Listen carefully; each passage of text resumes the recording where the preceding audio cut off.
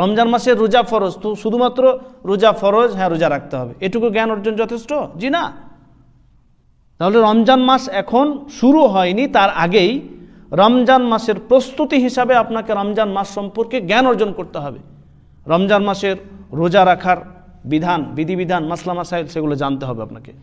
রমজান মাসের রোজা রাখার কি ফজিলত সেগুলো আপনি জানবেন, আগ্রহ বাড়বে।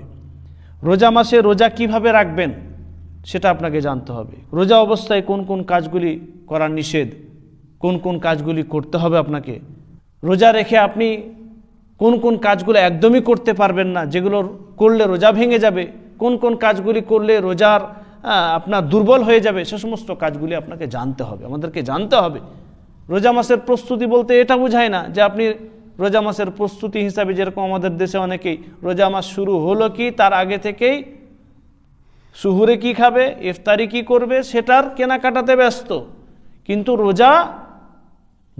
রোজা মাসের জন্য কিভাবে প্রস্তুতি নিতে হবে, আমরা যে রোজা রাখবো, রোজাটা যে আমাদের উপর ফরজ, 5 ওয়াক্তের নামাজ যেরকম ফরজ, তো নামাজ কিভাবে পড়তে হবে সেটার জ্ঞান অর্জন করা যেরকম জরুরি, নামাজ রুকু সেজদা কোথায় কি পড়বেন, কোনটা আরকান রুকুন, উযু থেকে নিয়ে সব কিছু আপনাকে যেরকম শিখতে হবে, সেরকমভাবেই রমজান মাসের রোজা আপনি কিভাবে রাখবেন, রোজা ভঙ্গের কারণগুলো কি, রমজান মাসে রোজা অবস্থায় কোন কোন কাজগুলি আপনাকে করতে হবে, কোন কোন কাজগুলো করা আপনার উপর ফরজ বা ওয়াজিব, কোন কোন কাজগুলি করলে রোজাটা আরও ভালো সুন্দর হবে, এবং কোন কোন কাজগুলি করলে রোজা দুর্বল হয়ে যাবে, রোজা কমজোর হয়ে যাবে, সেগুলো সব জানতে হবে।